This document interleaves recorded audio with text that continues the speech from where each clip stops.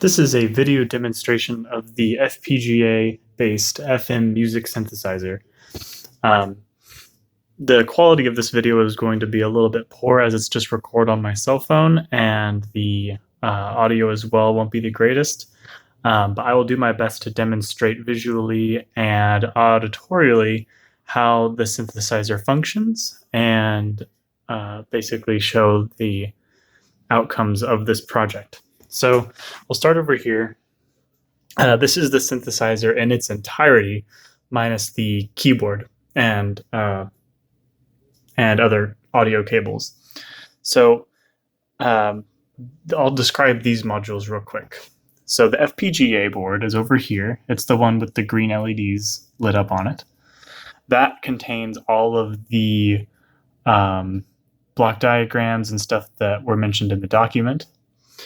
This over here is a TI MSP430 launchpad, and it basically just has an MSP430 microcontroller on here, and the microcontroller is low power and super simple to implement just because I have a lot of experience with it. And it's got easily accessible GPIO pins.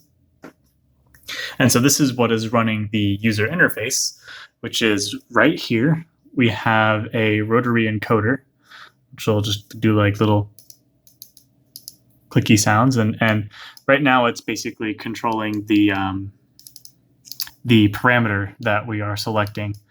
And I'll go into more detail on that later. And then this potentiometer is what is going to actually adjust a parameter. So what are we on right now? This number is in binary. And so I'm going to read it as a hexadecimal number. I'm going to go down to something like, I don't know, 0F.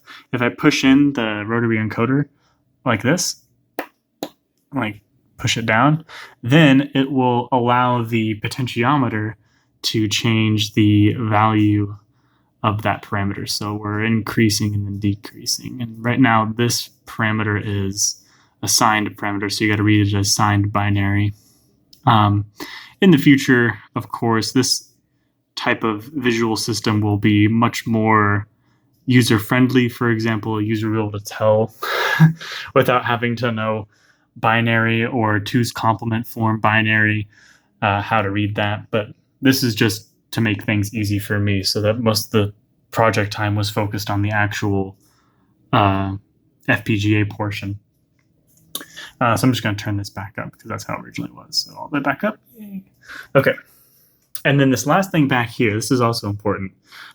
This is an opto-isolating circuits for the MIDI cable. So MIDI is a interesting protocol. It's basically just serial, like you would see in universal asynchronous transmissions, but it has a specific baud rate. And also it provides a current instead of a voltage, and then you use that current to generate light pulses inside this opto-isolator chip. And then that is what is decoded as serial data. The opto-isolator converts that current to a light pulse, and then also inside that isolator is a photoresistor, which then will generate a voltage based on that light pulse. And so it basically just electrically isolates this MIDI cable from the rest of the synthesizer. And I guess that was a standard that musical people wanted. They just wanted, their different instruments to be isolated electrically, which makes sense. You don't want any weirdness with voltages getting into your audio signals and messing things up. So anyway, that was just a required part of the project, but it's not really too complicated. So anyway, that is what is connected to the synthesizer, or not the synthesizer, my bad, the MIDI controller. So right now I have a Korg R3 synthesizer / vocoder, but I'm simply using it as a MIDI controller. So all it is really doing is just sending the note presses over the MIDI cable here to the synthesizer, as well as any other things. You could like rotate these knobs, and it will also send those as messages. But currently, it isn't doing anything with those messages. It just ignores them. So all it's really looking for is key presses. And so why don't I press a key here? And you can see we get some output on the oscilloscope here. The oscilloscope here is connected to the last thing I forgot to mention, which is the stereo DAC. So this chip, you send it some data, and it will convert that into an audio signal. The data has to be pre-formatted in either I2S or LSB justified formats, and you just provide it a bit clock signal, and then the data along with another signal which tells it whether the data is for the left channel or the right channel. And that API is described more in the project documentation. But they have little breakouts for the left and right audios, which is what is being probed with the synthesizer probes. There's a third probe here, which is very useful. That is coming from the FPGA. And all that is just a square wave at the frequency that the note is played, so that when you play a note, it's hooked up to the oscilloscope so that it basically triggers at the exact same frequency of the note. So it shows up nicely. There's some other effects on here which are making the waveforms move, but normally without any extra effects, the waveforms would look stationary. And so that's really useful for seeing the different types of transients within the waveforms that you're creating by using all the different audio effects and modulation. And it's just interesting, most of all, to see. So right now, we're going to move on to just some auditory demonstrations. I'll basically play some notes and adjust some settings, and we'll see how those sound and look on the oscilloscope here. So right now what I have loaded on here is kind of a piano-like instrument. It's not very accurate to what an actual piano sounds like, because that is actually very complicated to create, but it has a percussive start and then a kind of a smooth decay into just a not so bright noise. It kind of goes more into the low frequency spectrums. And you can see that when I play a note here, it kind of goes blip, and then just that more simple waveform, and then it decays to just little tiny sine waves. And I'll put the microphone closer to the speaker so you can hear.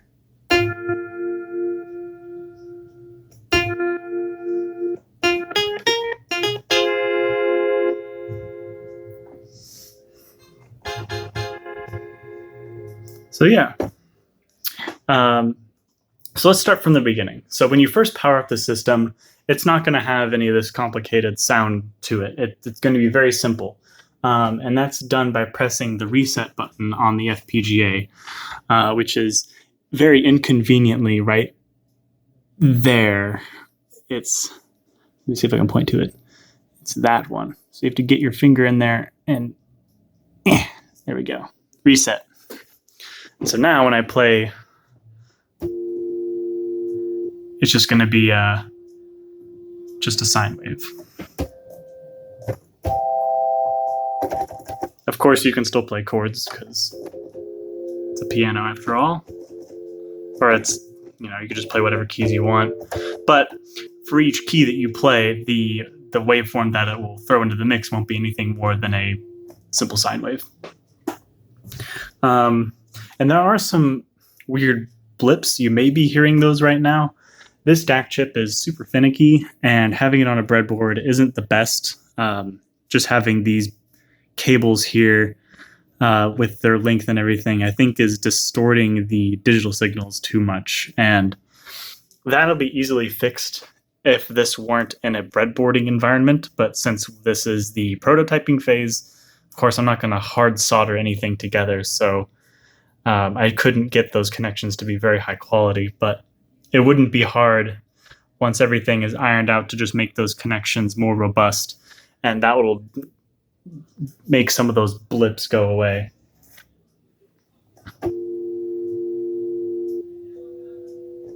Okay, so now let's start changing some things. So I have a very high quality diagram here, basically showing off all of the different parameters and where their locations are. In the actual documentation for the project, this is in a typed form, and it looks nicer. But it still may be confusing because it's hard to know exactly what each of these things do if you have never used them before. So we'll also go through each of these and see what they do.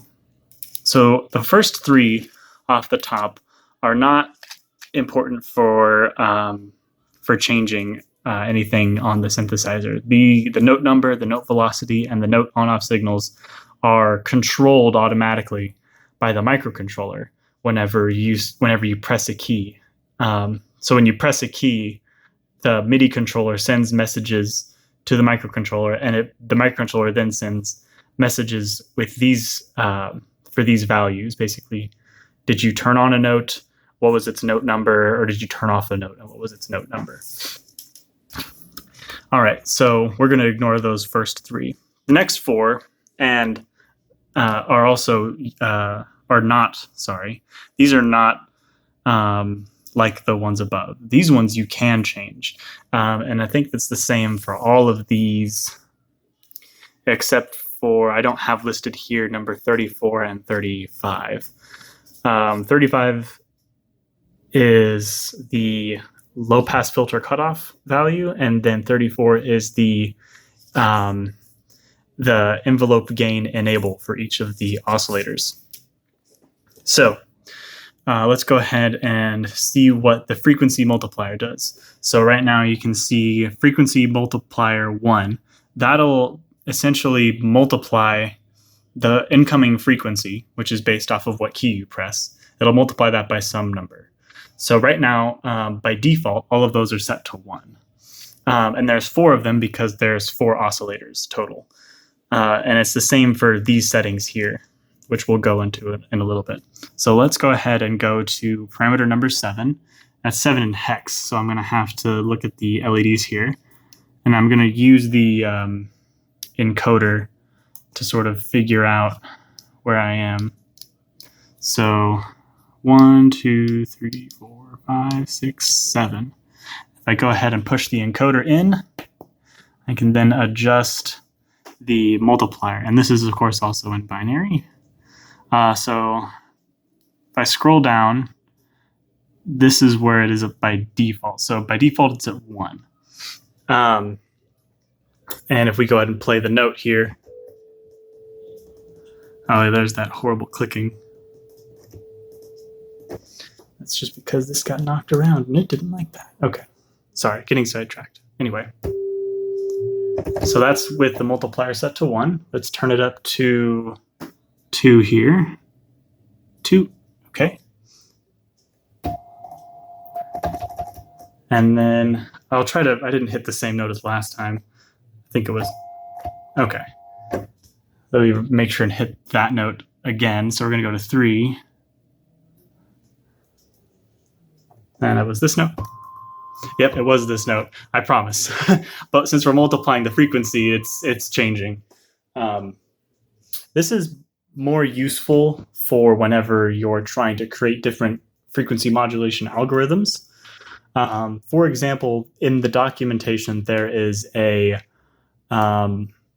algorithm where one oscillator is at the base frequency, and then another oscillator is at twice the frequency, and then that second oscillator is modulating the first one. So why don't I go ahead and do that? So we're going to set the first oscillator back to a multiple of 1, and then we're going to go to multiple the second one, the second oscillator's frequency multiplier, so that's at 8. We'll turn the encoder here, and that should display 8, and it is. So I'm going to push it in, and I'm going to adjust that till it says 2, so it's 0, 1, 2, and now we have to actually use the modulation matrix. There is no official like matrix thing here, but it's kind of laid out like a matrix is. But we're going to go to parameter C. This will change it so that oscillator 2 is modulating oscillator 1 by the amount that we set at 0C. So I'm going to go to 0C. It's that one. Push it in. And I'm not going to adjust anything yet. We're just going to listen to it first. There's the sine wave. And I'm going to turn it up a little bit. So maybe like that much. So it was originally at 0. And this is in 2's complement binary. So there's 0. I'm going to turn it up just a little bit. It's counting up in binary, so it's a little strange. I'm going to go and press the key here. Okay. And so you can see it's got it's still sinusoidal looking, but it's not quite. I really wish this DAC would stop popping like that. That's annoying. Okay. So I'm going to increase that parameter some more now, so we get more modulation. I'm just going to turn it all the way up. So when I turn it all the way up, this is now what it looks like.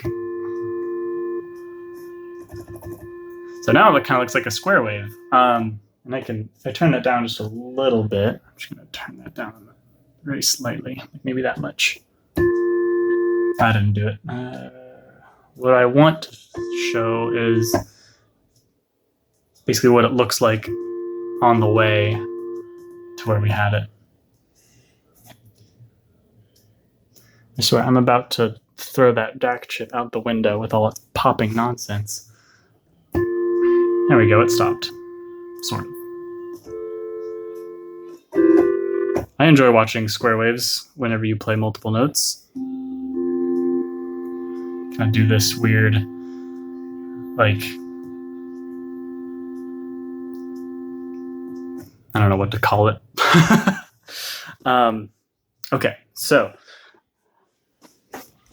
that is that's a simple modulation algorithm where FM really takes advantage of like audio engineering is when you start incorporating the envelope gain such that whenever we play a note, some of the oscillator's volume will change over time, and that is done before the modulation step happens, so that whenever oscillator 2's value changes over time, let's say it decreases, it'll basically decrease in modulation as well.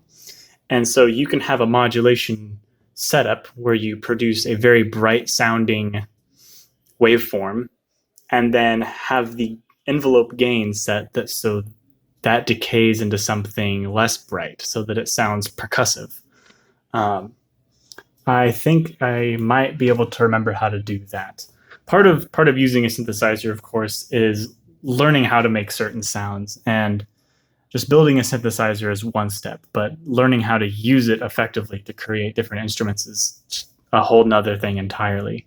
Of course, it helps to know what it's doing under the hood if you're trying to create something like a synthesizer, but at the end of the day, it's more like a black box type situation. All right. I think I will save that demonstration for another video. In this one, we covered the basically what the system looks like when it's all displayed out on the table, what it looks like on the oscilloscope, and how it sounds, hopefully how it sounds. If you didn't hear the signals or the audio from when I was playing, like right now, I'm going to bring the microphone a little bit closer.